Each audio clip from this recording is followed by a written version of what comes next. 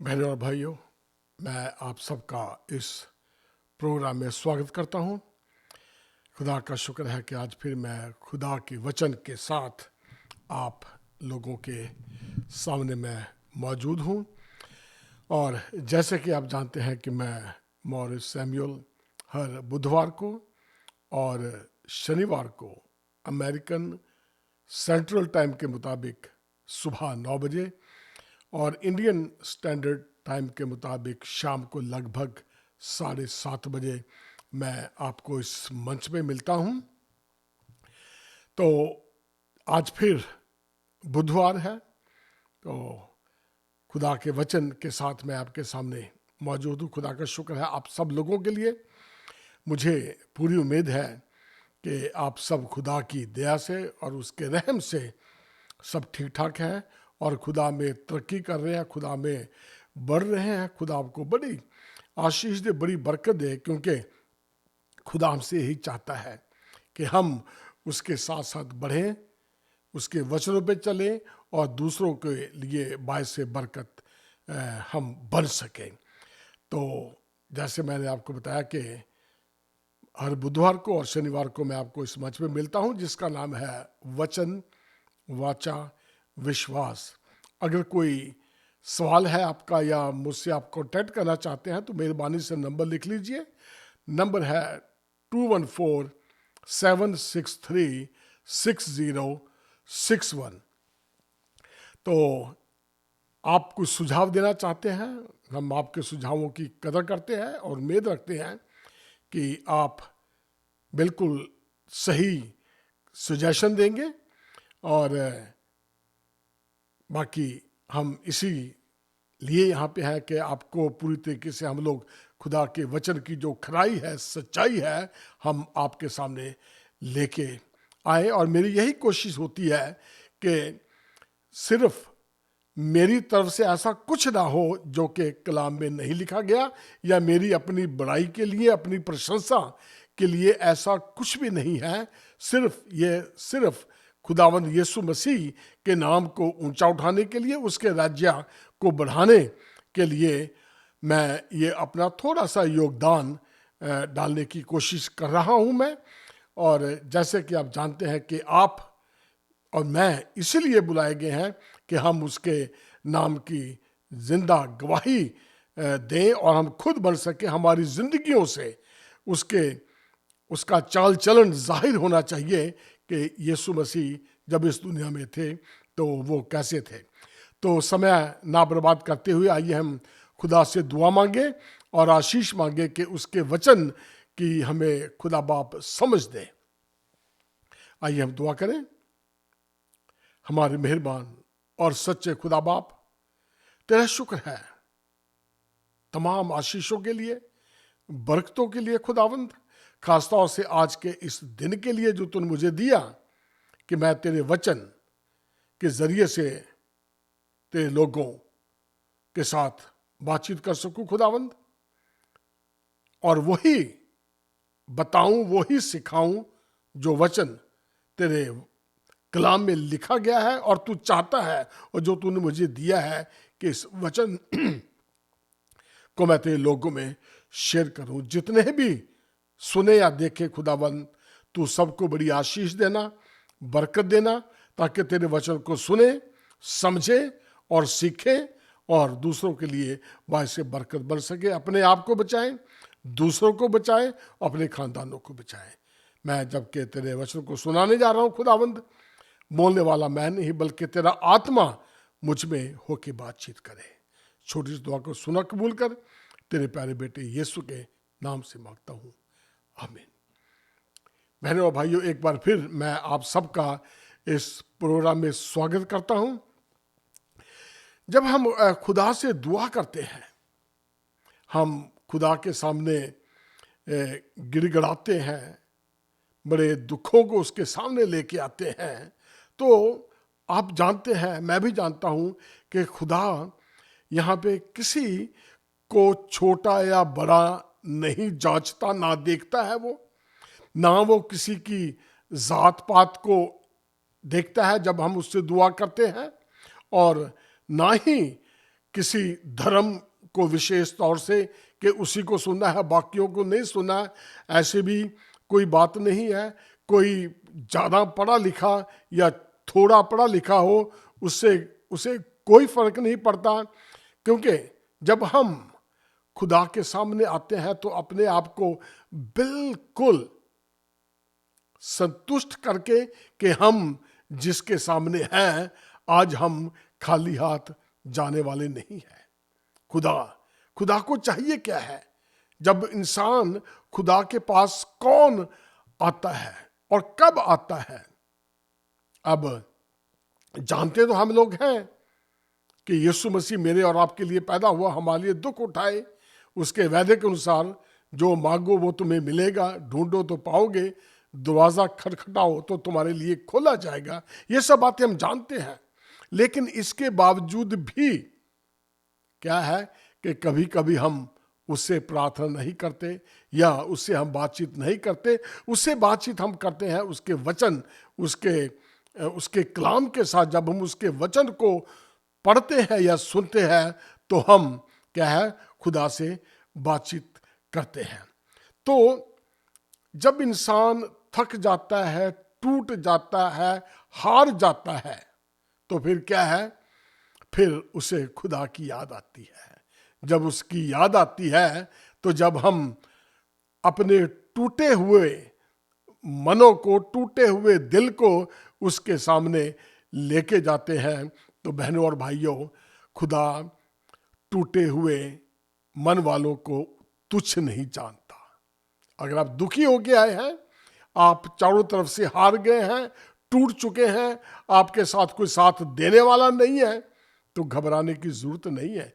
जब हम खुदा के सामने अपने टूटा हुआ दिल लेके आते हैं, अपने आंसुओं के साथ आते हैं, तो क्या है, बाइबल हमें बताती है कि उसने हमारे आंसुओं को एक कुप्पी में रखा हुआ है। उसे वो सब जानता, उसका हिसाब किताब उसे मालूम है कि मेरा दास, मेरा बच्चा ये रोया है किसी वजह से, तो खुदा उन आंसुओं को भी क्या है, व्यर्थ में जाने नहीं देता। तो आज का जो शीर्षक है जो मैंने चुना है वो ये है कि टूटा हुआ और दुखी मन। जब इंसान थक जाता है, टूट जाता है, आज हम उस मन की बातचीत करने जा रहे हैं। भजन संहिता 51 और उसकी 16 और 17 आयत में यूं लिखा है, क्योंकि तू मेल बलि से प्रसन्न नहीं होता, नहीं तो मैं देता। होम बलि से भी तू प्रसन्न नहीं होता। टूटा मन परमेश्वर के योग्य बलिदान है। हे परमेश्वर, तू टूटे और पिसे हुए मन को तुच्छ नहीं जानता। कितना स्पष्ट तौर से यहां दाऊद ने लिखा हुआ है, क्योंकि दाऊद जब भागा फिरता था, दौड़ा फिरता था, राजा शाऊल उसके पीछे पीछे होता था, तो वो भी परेशान होता था। तो जब वो खुदा के सामने रोता था, उससे मांगता था, तो खुदा ने उसकी दुआ को सुना। तो उसे इस चीज का एक्सपीरियंस हो गया है कि खुदा टूटे हुए मन वालों को या आंसू बहाने वालों को खुदा क्या है, तुच्छ नहीं जानता। तो जब हम खुदा के सामने आते हैं सिर्फ अपना टूटा हुआ मन लेके और आंसुओं को लेके, तो याद रखना बहनों और भाइयों कि उसे किसी सोने चांदी की या किसी अमीरी की या गरीबी की या पढ़े लिखों की या डिग्री की या राजे महाराजों की, उसकी नजर में क्या सब एक जैसे हैं। कोई ये नहीं कह सकता कि भी लो भाई मेरे पास इतना है, अभी आज खुदा बाप तू मेरी दुआ सुन ले, आज बस मेरी दुआ का जवाब दे रहे, ये पकड़ सोना, ये पकड़ बलियां, ये जो मर्जी ले, पर मेरी दुआ को सुन लो।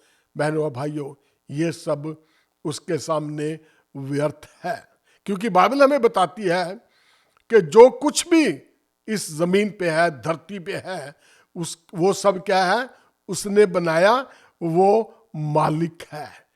अगर उसे किसी चीज की जरूरत होती वो खुद ब खुद वो ले सकता था, क्योंकि ये सब कुछ उसने क्या है, खुद बनाया, वो मालिक खुद है। अगर वो कुछ देखता है तो क्या देखता है, वो मेरे और आपके मनों को देखता है, दिल को देखता है कि ये जब मेरे पास आया है तो ये कौन सा दिल लेके आया है, इसमें कितना का घमंड है, ये दयालु है भी कि नहीं है, क्या कुछ छिपा हुआ है, या जो ये मांग रहा है क्या ये इसके बेनिफिट के लिए है, क्या उसके नाम को इज्जत और महिमा और जलाल देने के लिए मांग रहा है, या उसे सचमुच किसी चीज की जरूरत है। क्योंकि जो कुछ भी हमारे पास है या जिसकी हमारे पास मलकियत है, तो वो किसका है, वो उसी के द्वारा तो हमें मिला है, सब कुछ उसका है, तो हम उसे क्या दे सकते हैं। सोचे इस बात पे कि हम किस काबिल हैं कि हम उसे नजराना दें। क्या वो हमारे नजरानों को, हमारी बलियों को उसको जरूरत है। भजनकार लिखता है कि सब कुछ तो उसी का है, जो कुछ भी जानवर, परिंदे, पक्षी, पेड़ पौधे, सब्जियां, सब कुछ तो उसकी है। उसे किसके साथ, किसके पास से मांगने की जरूरत है, किसी के पास से नहीं, क्योंकि जो कुछ उसमें है वो सब उसका है। अगर उसे कुछ चाहिए तो वो क्या है, हमारी तरफ से एक धन्यवाद की भेंट वो चाहता है इंसान से। किसी की तरफदारी नहीं करता, कोई भेदभाव नहीं रखता, वो किसी को प्रेफरेंस नहीं देता कि भाई ये खास आदमी है, चलो भी पहले इसकी सुन लो, ऐसी कोई बात नहीं, कोई भेदभाव नहीं है, कुछ नहीं है। सिर्फ यह है कि वो इंसान देखता है, इंसान के मन को देखता है कि ये क्या चाहता है, क्यों चाहता है, किस लिए आया है, कौन से मन से ये मांग रहा है। अगर हम कुछ दे सकते हैं बहनों और भाइयों, वो है अपने टूटे हुए मन को उसको दे दो। ले खुदा बाप, मैं तेरे पास आया हूं, मैं अपना टूटा हुआ मन तुझे देता हूं, और जो कुछ मेरे पास है मैं उन सब का क्या, तेरा धन्यवाद करता हूं। मैं अपनी शुक्रगुजारी की कुर्बानी तेरे सामने लेके आऊं। खुदा बाप तू इसको कबूल कर ले। भजन संहिता चैप्टर 50 उसकी 14वीं आयत में परमेश्वर को धन्यवाद ही का बलिदान चढ़ा और उप प्रधान के लिए अपनी मन्नतें पूरी कर। यहां पे बहुत साधारण सा लिखा हुआ है कि उसको धन्यवाद ही की भेंट चढ़ा और अपनी मन्नतें पूरी कर। अब यहां पे सवाल है मन्नत पूरी करने का। अब कहेंगे जी मन्नत तो दूसरे लोग, दूसरे धर्मों वाले मांगते, हम क्यों मन्नत मांगे। मन्नत मांगना कोई बुरी बात नहीं है, बाइबल में इसका बहुत जगह जिक्र किया गया है। आप जानते हैं कि हन्ना, उसकी कोख बंद थी और उसकी कोई औलाद नहीं थी। जो उसकी सौ थी, उसके बच्चे हो रहे थे और वो उसको ताने भी मारती है, बाइबल में इसका साफ जिक्र है। पता नहीं कितनी दफा वो हैकल में गई होगी, साल में 2 दफा जाते थे, 1 दफा जाते थे। जब भी अपनी भेंट को लेके जाते थे तो वो चल के जाते थे या घोड़ों पे, गधों पे, जैसे भी था सब वहां पे जाते थे। लेकिन अभी तक उसकी दुआ को सुना नहीं गया था। लेकिन जब उसने मन्नत मांगी कि खुदा बाप मैं बहुत दुखी होके आई हूं, वो रो भी रही थी। और एली जो वहां का हैकल का प्रधान था, वो क्या था कि शायद इसने पी हुई है। वो यानी कि इतनी दुखी थी, इतनी पीड़ित होके, तंग आके वो खुदा के घर में आई थी मांगने के लिए, अपने आंसुओं को लेके, अपने टूटे हुए मन को लेके, ये जानते हुए कि आज जाऊंगी मैं, आज खुदा से मैं खुल के बातचीत करूंगी। और वो खुदा से रोई और उसने मन्नत मांगी, उसने कहा कि अगर तू मुझे औलाद देगा, बेटा देगा, तो मैं इसको तेरे भवन के लिए छोड़ दूंगी या मैं ये तुझे दे दूंगी। और खुदा ने उसकी दुआ क्या है, एकदम सुन ली। बहुत रो रही थी, बहुत तंग होके आई थी, पता नहीं उसको कितने ताने मिल रहे होंगे, कितनी बातें सुनने को मिल रही होंगी। लेकिन जब इंसान टूट जाता है, फिर एक ही रास्ता है, वो है खुदावंद का दरवाजा, उसका घर। जब हम उसके पास आते हैं तो वो हमारी सुन लेता है। और बहनों और भाइयों, आप समझ गए होंगे कि उसके बाद सैमुअल नबी पैदा हुए, और जैसे ही रीत के मुताबिक उसका दूध छुड़ाया गया होगा, या वो इस काबिल हो गया होगा कि वो अपने कपड़े बदल सकता है, नहा धो सकता है, तो उसको क्या है, हैकल में छोड़ दिया गया। और उसके बाद उसके बच्चे और भी बच्चे पैदा हुए। तो बहनों भाइयों, ये छोटी सी कहानी थी कि जब हम अपना टूटा हुआ दिल लेके खुदा के सामने आते हैं तो क्या है, खुदा हमारी सुनता है। लेकिन जब इंसान हर प्रकार से अपने आप को सक्षम समझता है तो प्रभु से धीरे धीरे हो जाता है। पहले तो जब हम खुदा के नजदीक लगते हैं, दुआ मांगते हैं, खुदा हमें देता है। और जैसे जैसे ये हालात पैदा होते हैं, इंसान के पास बहुतायत से सब कुछ हो जाता है, तो क्या है, उसके पास फिर दुआ करने के लिए टाइम नहीं होता। फिर वो धीरे धीरे क्या है, खुदा से दूर होना शुरू हो जाता है। यहां तक कि अपने खानदान की भी उसे कोई परवाह नहीं होती कि खुदा ने हमें बच्चे दिए हैं और बच्चों के लिए माँ बाप की कोई जिम्मेवारी है, उनके साथ बैठना, उनको दुआ करानी, उनके साथ अच्छा टाइम स्पेंड करना, उन्हें बाइबल की बातें बतानी। इन सब बातों से इंसान क्या है, दूर हो जाता है, क्योंकि हर एक चीज जो है अब उसके पास है। अब उसे इस चीज की फिक्र नहीं है कि मैं कहां से खरीदूंगा। मैं इतना पैसा है कि कोई बात नहीं, जब मर्जी है जब मर्जी खरीद लो। ऐसी कोई सुख सुविधा नहीं है जो इंसान के पास नहीं है। बहुत नाम कमाया, बड़ी जान पहचान हो गई है, कोई चिंता नहीं है, फिक्र ही कोई नहीं है, बस बल्ले बल्ले है जी है। लेकिन क्या है, धीरे धीरे वो अपने यारों दोस्तों से मिलना छोड़ देता है या कम कर देता है, और धीरे धीरे इतना बिजी हो जाता है कि उसे अपना खानदान भी नजर नहीं आता। और एक टाइम ऐसा आता है, अब दुनियादारी कौन सा कम है, लोग भी आजकल के बहुत सब जानते हैं इस चीज को कि अगर तू नहीं हमसे मिलता भी हम तुम्हें क्यों मिले। अब वो भी छोड़ देते हैं, लेकिन उसके पास तो मिलने का टाइम ही नहीं था। लेकिन एक टाइम ऐसा आता है जब इंसान को अपने दोस्तों की, अपनी कलीसिया की, अपनी जान पहचान वालों की जरूरत महसूस होती है, लेकिन उस वक्त वो उसके लिए वहां पे खड़े नहीं होते।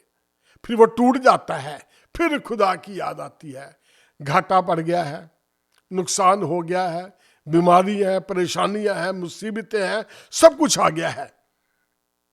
लेकिन जानते हुए भी उसने खुदा को नहीं जाना, खुदा से दूर हो गया।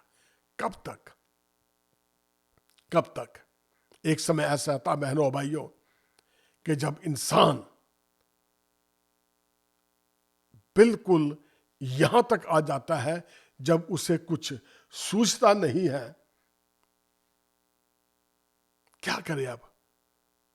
तो फिर क्या है, इतनी बुलंदी पे चढ़ा होता है वो, क्योंकि हर एक सुख सुविधा है, अपने आप के वो हर्ष पे समझता है। और एक टाइम ऐसा आता है जब वो फर्श पे आया होता है, तब उसके लिए उसके बच्चे बीवी भी दूर हो चुके होते हैं, उसकी परवाह नहीं करते, खाने पीने में मस्त है, बहुत लोगों को खिलाया पिलाया, पैसे उड़ा दिए, सब कुछ हो गया। लेकिन क्या है, अकल उस वक्त आई जब सब कुछ बर्बाद हो गया। फिर क्या है, फिर खुदा की याद आई।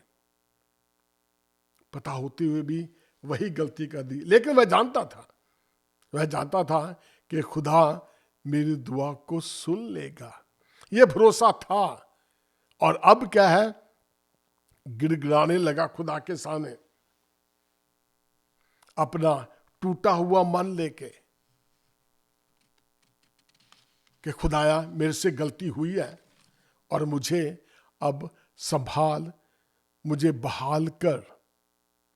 जब वो दोबारा फिर खुदा के पास आता है, लेकिन खुदा हमारे मनों को जांचता है, वो परखता है कि ये इसका जो पछतावा है, ये टूटा मन है, ये दिखाने के लिए है कि बस मांगने के लिए है। अगर वो सचमुच खुदा से मांग रहा है कि वो दोबारा वो काम नहीं करेगा, पछतावा है, तो क्या है, खुदा मनों को जांचता है, वो हमारे मनों को परखने वाला है। हमारी सोच क्या है, वो हमारी सोच से वाकिफ है कि हम किस तरह से हम क्या कर रहे हैं। और तो फिर क्या होता है, एक बार फिर खुदा उसको क्या है, मौका देता है और सब कुछ दोबारा बहाल होना शुरू हो जाता है। भजन संहिता 50 और उसका 22-23 में लिखा है, हे परमेश्वर को भूलने वालों, यह भली भांति समझ लो, कहीं ऐसा ना हो कि मैं तुम्हें फाड़ डालूं और कोई छुड़ाने वाला ना हो। धन्यवाद के बलिदान का चढ़ाने वाला मेरी महिमा करता है, और जो अपना चरित्र उत्तम रखता है उसको मैं परमेश्वर का किया हुआ उधार दिखाऊंगा।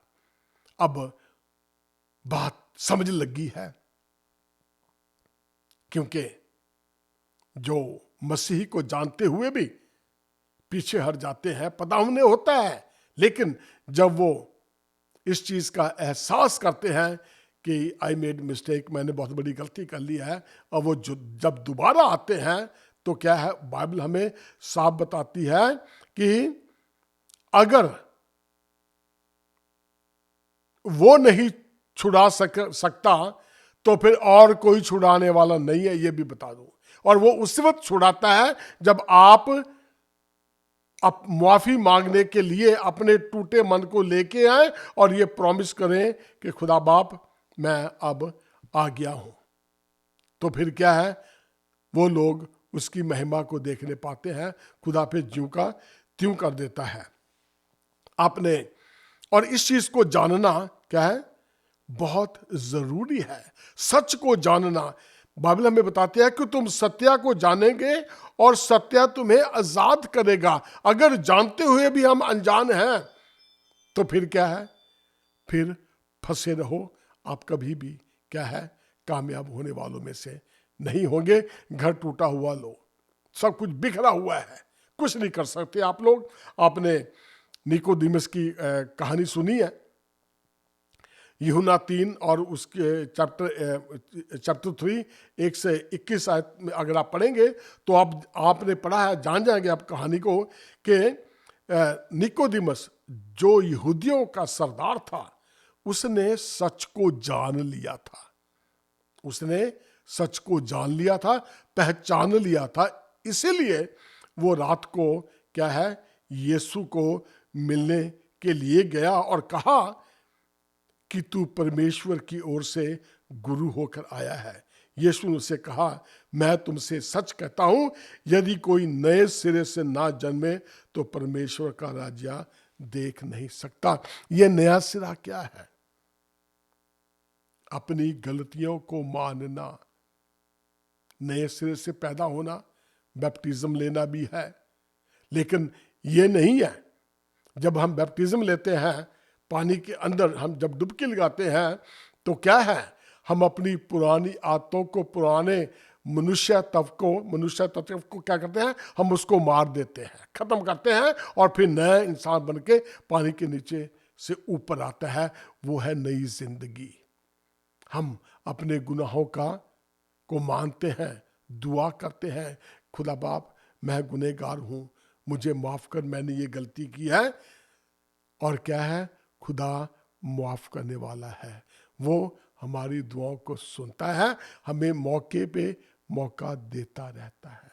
उसकी जो माफ़ी है हमारे लिए एक कंटिन्यूस है, वो हमें माफ़ करता रहता है। प्रेजेंट कंटिन्यूस टेंस है ये, कि वो हमें माफ़ करता रहता है। लेकिन ये नहीं है कि जानबूझ के भी हम बस करते ही रहें कि लो जी अब तो माफ़ी हमने मांग ली है, कल को फिर कर लेंगे, फिर माफ़ी मांग लेंगे। ये ऐसी बात नहीं है।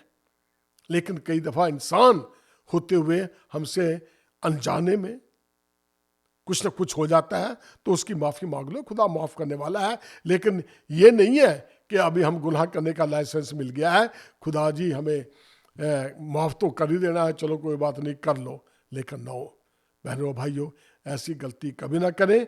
और अगर आप चाहते हैं कि आपका मन टूटा हुआ है, आप परेशान हैं, तो क्या है, अपने टूटे हुए मन को उसके सामने लेके आओ, और क्या है, एक नए बच्चे की तरह, क्या है, नया जीवन। जब बच्चा जब पैदा होता है, उससे गुनाह का बिल्कुल नहीं पता होता है, नए सिरे से पैदा हुआ होता है वो, उस तरह से एक बच्चे की तरह हमने रहना है।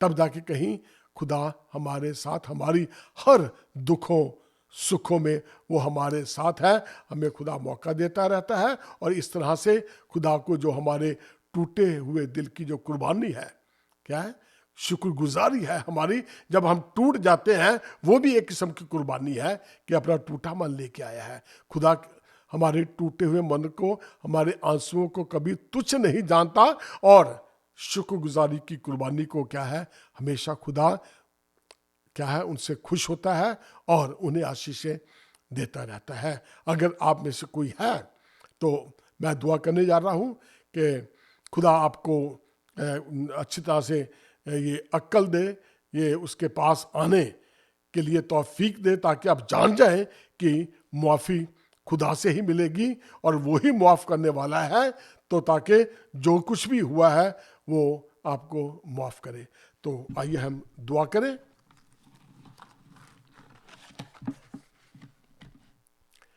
हमारे मेहरबान और सच्चे खुदा बाप, तेरा शुक्र है आज के वचन के लिए जो तूने मुझे दिया। मेरी दुआ है प्रभु उन सब सुनने वालों के लिए, या जिन्होंने देखा है या बाद में सुनने जाए, खुदावंद अगर कोई इनमें कोई टूटा दिल लेके तेरे सामने आए, या कोई परेशान है, खुदावंद तू उसकी दुआ को सुन लेना, उसको पूरी तरीके से आजाद कर, ताकि शैतान के चुंगल से वो निकल जाए और तेरे साथ जुड़ जाए खुदावंद। क्योंकि टूटा हुआ मन,